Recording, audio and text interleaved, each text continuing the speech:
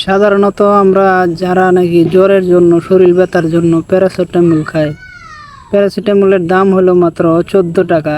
এই 14 টাকার ওষুধটা আপনার কত টাকা বিক্রি করে কংগ্রেসের একটা এমএলএ বিধানসভার মাঝে উত্থাপন করেছে। ভিডিওটা কন্টিনিউ শুনে যান, অবশ্যই আপনার কাজে আসবে।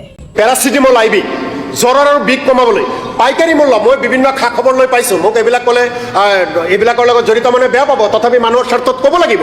পেৰাচিটামল আইবি জ্বৰ আৰু বিষ কমাবলৈ পাইকাৰী মূল্যত তেওঁলোকে কিনে নাৰ্ছিং হোমে ফাৰ্মাচীয়ে 14 টকা, কিন্তু এজন ৰোগীৰ পৰা তেওঁলোকে 700 টকা পৰ্যন্ত তেওঁলোকে লৈ লয়।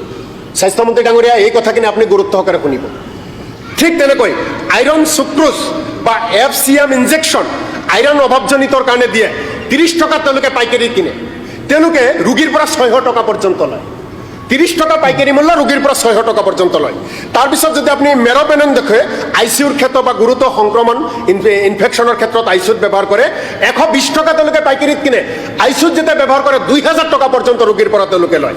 ঠিক তেনেকৈ আপুনি হেপাৰিন ইনজেকশ্যন, ৰক্ত পাতল কৰা, সাধাৰণতে অপাৰেশ্যন কৰিবলৈ গ'লে এইটো যথেষ্ট ব্যৱহাৰ কৰে ৰক্ত পাতল কৰিবলৈ, সেইটোৰ ক্ষেত্ৰত 80 টকা তেওঁলোকে কিনে, তেওঁলোকে 600 টকা পৰ্যন্ত তাৰ পৰা মানুহৰ পৰা লয়। ঠিক তেনেকৈ উপাধ্যক্ষ ডাঙৰীয়া, টেক্ৰলিমাছ বা ট্ৰাইকোপ্লেনিন, এইটো আপোনাৰ অংগ সংস্থাপন, ৰোগ প্ৰতিৰোধ ক্ষমতা নিয়ন্ত্ৰণ, এইবিলাকৰ ক্ষেত্ৰত যেতিয়া অপাৰেশ্যনত ব্যৱহাৰ কৰে, পাইকাৰীত তেওঁলোকে কিনে 300 টকা, কিন্তু তেওঁলোকে ৰোগীৰ পৰা 2600 টকা পৰ্যন্ত তেওঁলোকে লয়।